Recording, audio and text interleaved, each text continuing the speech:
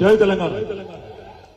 గౌరవనీయులు సోదరులు, మీ అందరూ ఎంతో అభిమానంతో దాదాపు 2-2.5 నెలల పాటు కష్టపడి మీరే అభ్యర్థి అన్నంతగా ప్రయత్నించి గెలిపించుకున్న మీ గౌరవ ఎమ్మెల్యే గారు, సోదరుడు మల్కాజ్గిరి శాసనసభ్యుడు సోదరుడు మర్రి రాజశేఖర్ రెడ్డి గారు, గౌరవనీయులు సోదరులు నందికంటి శ్రీధర్ గారు, మాజీ ఎంబీసీ కార్పొరేషన్ చైర్మన్ గారు, గౌరవనీయులు వేదిక పైన ఆసీనులైన మన జిహెచ్ఎంసీ కార్పొరేటర్లు సోదరి, స్థానిక కార్పొరేటర్ గారు సోదరి సునీత గారు, సోదరుడు రాము యాదవ్ గారు, అదేవిధంగా సోదరి చింతల విజయశాంతి గారు, మీనా గారు, సోదరి సబిత గారు, అదేవిధంగా వేదిక పైన ఆసీనులైన గౌరవనీయులైన మాజీ కార్పొరేటర్లు నరసింహరావు గారు, ఇంకా ఇతర పెద్దలు పరశురామ్ రెడ్డి గారు, ఇంకా మన వేదిక పైన ఉన్న డివిజన్ అధ్యక్షులు, అదే మాదిరిగా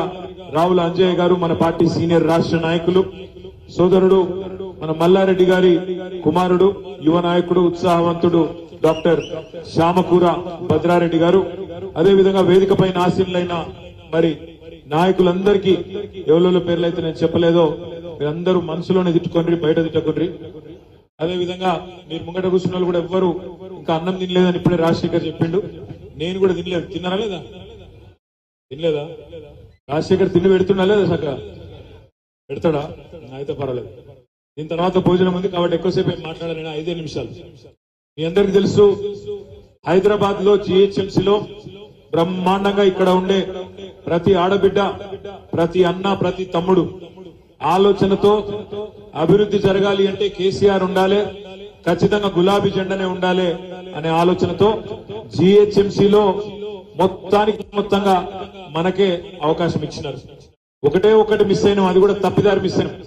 ఆ గోషామహల్లో రాజాసింగ్ అంటూ ఒక్కడ దెబ్బన కొద్దిగా మిస్ అయింది, కానీ లేకపోతే అది కూడా మొత్తంగా క్లీన్ స్వీప్ అయి హైదరాబాద్ లో ఎక్కడ కూడా వేరే జెండా కనబడని పరిస్థితి మొన్న జరిగిన శాసనసభ ఎన్నికల్లో. కానీ బయట జిల్లాల్లో కాంగ్రెస్ పార్టీ చెప్పిన మోసపు మాటలు, 420 హామీలు, 420 హామీలు ఏవైతున్నాయో, మీకు బస్సు ఫ్రీ, బంగారం ఫ్రీ, మీకు ఇది ఇస్తాం అది ఇస్తాం అని చెప్పి మొత్తం జిల్లాల్లో ఉండే అమాయకులైన కొంతమంది ఆడబిడ్డలను, అన్నదమ్ములని ఆగం చేసి మోసం చేసి ఓట్లు వేయించుకొని గద్దెనెక్కినారు. గద్దెనెక్కి 60 రోజులు అయింది. ఈ 60 రోజుల్లోనే రాష్ట్రంలోని ప్రతి గ్రామంలో చర్చ జరుగుతా ఉన్నది. ఈ 60 రోజుల కంటే ముందు ప్రభుత్వం ఎట్లుండే, ముందు పరిస్థితి ఎట్లుండే, ఇవాళ ఎట్లా ఉన్నదో ప్రతి గ్రామంలో ఇలా చర్చ జరుగుతా ఉన్నది. రైతులు చూసుకుంటా ఉన్నారు ఒకళ్ళ ముఖాలు ఒకరు. అయ్యో ఎంత పని చేస్తే కేసీఆర్ గారు ఉన్నప్పుడు వారం 10 రోజుల లోపల మన ఫోన్లన్నీ టింగు మన మోగుతుండే. 7,600 కోట్ల రూపాయలు మన 70 లక్షల మంది రైతుల ఖాతాల్లో రైతు బంధు పడుతుండే. కానీ ఈ ప్రభుత్వం వచ్చినాక 60 రోజులైంది. 10,000 కాదు 15,000 ఇస్తామన్నారు. కానీ ఇప్పటి వరకు ఆ 10,000కే దిక్కు లేదు అని చెప్పి రాష్ట్రంలోని రైతులందరూ బాధపడే పరిస్థితి. అదే విధంగా కరెంటు కోతలు చాలు అయినాయి. మల్కాజ్గిరిలో కూడా చాలు అయినాయా? పోతుందా కరెంటు? పోతలేదా? పోతుందా? ఇక మళ్ళా కొనుకొచ్చుకోవాలి ఇన్వర్టర్లు, జనరేటర్లు. ఎందుకంటే ముందే చెప్పినాం, మనం కాంగ్రెస్ కావాలన్నా కరెంటు కావాలన్నా అని అడిగినాం, సిల్కకు చెప్పినట్టు చెప్పినాం. కానీ కొంతమంది విన్నారు, హైదరాబాద్ వాళ్ళు అయితే తిన్నారనుకో, బయట ఇన్లే. వినకపోతే ఏమైంది, ఇవాళ కరెంటు కూడా పోయే పరిస్థితి. గ్రామాలలో మళ్ళొక్కసారి ఇవాళ మోటార్లు కాలిపోవుడు, ట్రాన్స్ఫార్మర్లు వేలిపోవుడు. ఎండాకాలం కూడా రాలే, ఆల్రెడీ కరెంటు కష్టాలు చాలు అయినాయి. ఇక ఫ్రీ బస్ అని పెట్టిండ్రు ఒకటి. ఇక ఫ్రీ బస్ ఏమైతుందో నాకంటే బాగా మీకే తెలుసు, మీరే చూస్తున్నారు. ఆ బస్సు డ్రైవర్ ఎక్కే అందులోకెళ్ళి ఎక్కుతున్నారు, ఆ డోర్లకెళ్ళి, ఆ కిటికీలకెళ్ళి దుక్కుతున్నారు లోపల పోయి సీట్ల కోసం. ఎన్నడూ చూడలే మనం జీవితంలో ఇట్లాంటి దృశ్యాలు. మా ఆడబిడ్డలు ఒకరినొకరు జుట్లు పట్టుకొని కొట్టుకుంటారు, అక్కడక్కడ చెప్పులతో కొట్టుకున్నారు. ఇంతకంటే దుర్మార్గమైన పరిస్థితి నేనైతే చూడలేదు. ఒక దిక్కేమో ఆడబిడ్డలు గుద్దుకునే పరిస్థితి వచ్చింది, ఇంకో దిక్కు టికెట్ కొనుక్కున్న మొగోళ్ళు వాళ్ళు నిలబడి వాళ్ళు తిట్టుకునే పరిస్థితి వచ్చింది. బయటనేమో 6.5 లక్షల మంది ఆటో డ్రైవర్లు రెక్కాడితే గాని రెక్కాడనోళ్ళు వాళ్ళు తిట్టుకుంటా ఉన్నారు. మార్పు అని ఓటేసినాం, మా కొంపనే ముంచుకున్నాడు ఈయన అని చెప్పి ఆయన వాళ్ళు తిరుగుతా ఉన్నారు. నేను నిన్న కుత్బులాపూర్ నియోజకవర్గానికి పోయినా. షాపూర్ లో ఒక మార్కెట్ ఉంటే ఆ మార్కెట్ లకు పోయినా. ఒక పెద్ద మనిషి కలిసింది నాకు, సులోచనమ్మ అని. ఆమె ఒకటే చెప్పింది, కొడుక మేమైతే హైదరాబాద్ లో మంచిగా ఆలోచన చేసి ఓట్లు వేసినాం, ఊర్లలోనే మోసపోయినరు, తినే పల్లెంలా ఆయనతో మన్ను పోసుకున్నారని చెప్పి ఆ పెద్దమ్మ చెప్తుంటే ఇవాళ నాకు ఊర్లలో అనుకుంటున్న మాటలు కూడా నిజమే అనిపిస్తా ఉన్నది. పెద్ద పెద్ద మాటలు చెప్పిండ్రు, మేము ఇది చేస్తాం అది చేస్తాం, కేసీఆర్ 10,000 ఇస్తే మేము 15,000 ఇస్తాం, కేసీఆర్ 2,000 పెన్షన్ ఇస్తే మేము 4,000 ఇస్తాం, ఆడబిడ్డలందరికీ నెలకు ప్రతి ఒక్క మహిళకు 2,500 ఇస్తాం అని చెప్పి నోటికొచ్చిన మాటలు చెప్పి మొన్న సెక్రటేరియట్ పోయి ముఖ్యమంత్రి గారు మాట్లాడుతున్నాడు. ఎంత సిగ్గుచేటు ఒకసారి ఆలోచన చేయండి. ఆయన అంటాడు అక్కడ పోయి, మేమేదో ఇక్కడ లంకె బిందెలు ఉన్నాయనుకొని వచ్చినాం, ఇక్కడ లంకె బిందెలు లేవు, ఖాళీ కుండలు ఉన్నాయంటున్నాడు. మరి ఆయన ఇదివరకు ఏం చేస్తున్నారో నాకైతే తెలియదు. లంకె బిందెల కోసం ఎవరు తిరుగుతారు? గడ్డపారలు పట్టుకొని, తటపారలు పట్టుకొని, నెత్తి మీదకి వెళ్ళి తువ్వాల కప్పుకొని అర్ధరాత్రి దొంగలు తిరుగుతారు లంక బిందెల కోసం. ఏడ తిరుగుతారు? పాడుబడ్డ కోటలల్లా, పాడుబడ్డ దేవాలయాలల్లా, పాడుబడ్డ గడిలల్లా అర్ధరాత్రి దొంగల వల్ల తిరుగుతారు. మరి ఈయన ఇదివరకు ఏం చేస్తున్నారో నాకైతే తెలియదు. పాత అలవాట్లు ఓతలేనట్టున్నాయి. ఇంకా లంక బిందెలు ఉన్నాయనుకొని వచ్చిన ఖాళీ కుండలున్నాయి.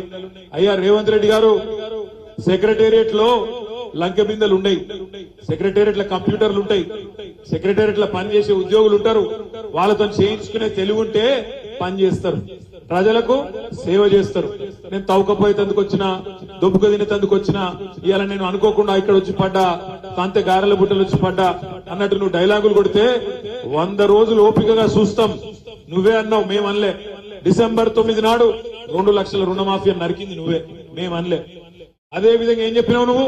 అమ్మా ఆడబిడ్డలందరికీ నేను విజ్ఞప్తి చేస్తున్నా, డిసెంబర్ బిల్లు కట్టకుండ్రి, జనవరి బిల్లు కట్టకుండ్రి, సోనియా గాంధీ కడుతుందని నువ్వే చెప్పినావు, మేం చెప్పలే. అందరు చూస్తున్నారు. ఇవాళ ఆడబిడ్డలు 1,57,00,000 మంది ఆడబిడ్డలు ఎదురు చూస్తున్నారు. ఏమని? 18 ఏళ్లు నిండిన ఆడబిడ్డలు రాష్ట్రంలో మొన్న ఓట్లేసిన వాళ్ళు 1,57,00,000 మంది. అందరూ కళ్ళల్లో ఒత్తులేసుకొని చూస్తున్నారు. ఎప్పుడు స్టార్ట్ అవుతుంది నెలకు 2,500 ఇచ్చే కార్యక్రమం మహాలక్ష్మి అని ఎదురు చూస్తా ఉన్నారు. ఇంటింటికి 200 యూనిట్లు ఫ్రీ అన్నావు, మళ్ళీ అందులో కూడా కటింగులు పెడతా అంటే ఊకునేందుకు ప్రజలు సిద్ధంగా లేరు. రైతులు ఎదురు చూస్తున్నారు 2 లక్షల రుణమాఫీ ఎప్పుడైతుందని. మేము కూడా 100 రోజులు ఓపికగా ఉంటాం. మార్చి 17 నాడు 100 రోజులు నిండుతాయి. మార్చి 17 తర్వాత 100 రోజుల్లో నువ్వు ఇచ్చిన 420 హామీలు నిలబెట్టుకోకపోతే కాంగ్రెస్ పార్టీకి బొంద దవ్వుడు స్టార్ట్ చేస్తాం. తప్పకుండా బొందలోనే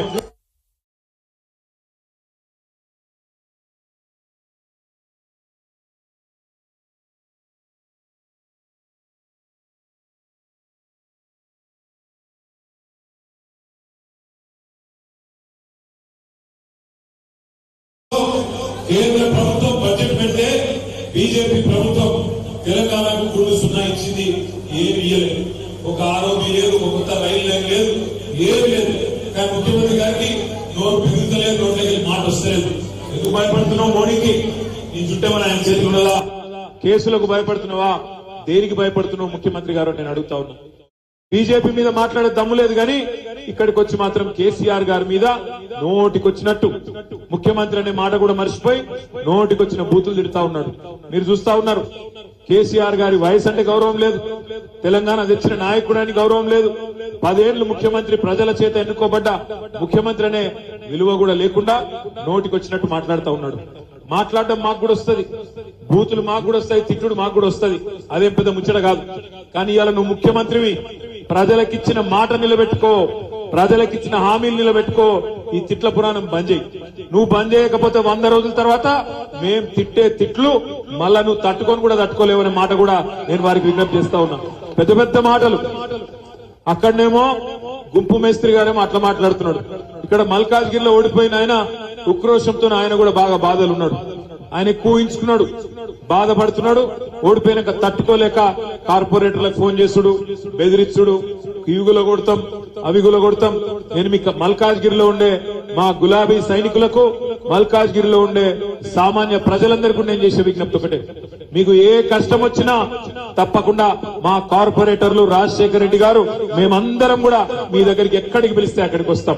ఒకవేళ అవసరం పడితే వీళ్ళ వేధింపులు ఎక్కువైతే మనకు 38 మంది ఎమ్మెల్యేలు ఉన్నారు కేసీఆర్ గారు కాకుండా. అదే విధంగా 27 మంది ఎమ్మెల్సీలు ఉన్నాం, 31 మంది జిల్లా పరిషత్ చైర్మన్లు ఉన్నాం, రాష్ట్ర వ్యాప్తంగా డీసీసీబీ చైర్మన్లు, మొత్తంగా కింది నుంచి మీ దాకా ప్రజాప్రతినిధులు వేల సంఖ్యలో ఉన్నాం. మల్కాజ్గిరిలో మీకు ఎక్కడ ఎవరికి ఏ చిన్న నొక్కుబడ్డా, ఎవరి మీద వేధింపులైనా, ఎవరు బెదిరించినా మొత్తం దండు కట్టుకొని బస్ ఎక్కి మీ దగ్గరికే వస్తాం, అండగా నిలబడతామనే మాట కూడా నేను విజ్ఞప్తి చేస్తా ఉన్నాను. భయపడవలసిన అవసరం లేదు. ఎవడో బెదిరిస్తుండని, ఎవడో అధికారి ఎగురుతుండని వాళ్ళ ఇషారాల అనుగుణంగా డ్రామాలు చేస్తుండని భయపడకండి. ఎందుకంటే ఈ అధికారంలోకి వచ్చిన కొత్తలో ప్రతి ఒక్కరికి ఇట్లే ఎగురుతారు, కొత్త పిచ్చగాని లెక్క కొద్ది ఎక్స్ట్రాలు చేస్తారు. పట్టించుకునే అవసరం లేదు. 3 నెలల తర్వాత 100 రోజులు నిండిన తర్వాత ప్రజల దగ్గరికి పోయే పరిస్థితి ఉన్నది కాంగ్రెస్ నాయకులకు. ఎందుకంటే వాళ్ళకు కూడా తెలుసు ప్రజలకు వీళ్ళు చేతగానులని. మనం మంచి బంగారు పల్లెంలో పెట్టి అధికారాన్ని వీళ్ళ చేతికి అప్పచెప్పినాం, ఈ రాష్ట్రాన్ని వీళ్ళకి అప్పచెప్పినాం. బంగారు తురకలాగా తయారు చేసిన రాష్ట్రాన్ని తలసరి ఆదాయంలో భారతదేశంలోనే నెంబర్ 1 చేసి వీళ్ళ చేతుల్లో పెట్టినాం. పెడితే ఇవాళ శ్వేతపత్రాలని ఇంకోటని తప్పించుకునే ప్రయత్నం చేస్తున్నారు, ఇచ్చిన హామీలు ఎగబెట్టే ప్రయత్నం చేస్తున్నారు. ముఖ్యమంత్రి సిగ్గు లేకుండా మాట్లాడుతున్నాడు. కేంద్రంలో కాంగ్రెస్ ప్రభుత్వం వస్తేనే నేను ఇచ్చిన 420 హామీలు నిలబెట్టుకుంటా అని సిగ్గు లేకుండా చెప్తా ఉన్నాడు. ఇంతకంటే సిగ్గుమాలిన మాట ఉందా? గత 10 సంవత్సరాల్లో మోడీ ప్రభుత్వం సహకరించకపోయినా, ₹1 ఇయ్యకపోయినా కేసీఆర్ గారు కళ్యాణ లక్ష్మి ఇయ్యలేదా, షాదీ ముబారక్ ఇయ్యలేదా, కేసీఆర్ కిట్ ఇయ్యలేదా, రైతు బంధు ఇయ్యలేదా, 24 గంటల కరెంట్ ఇయ్యలేదా, 33 మెడికల్ కాలేజీలు పెట్టలేదా, అభివృద్ధి సంక్షేమాన్ని జోడెద్దుల మాదిరిగా నడిపేయలేదా?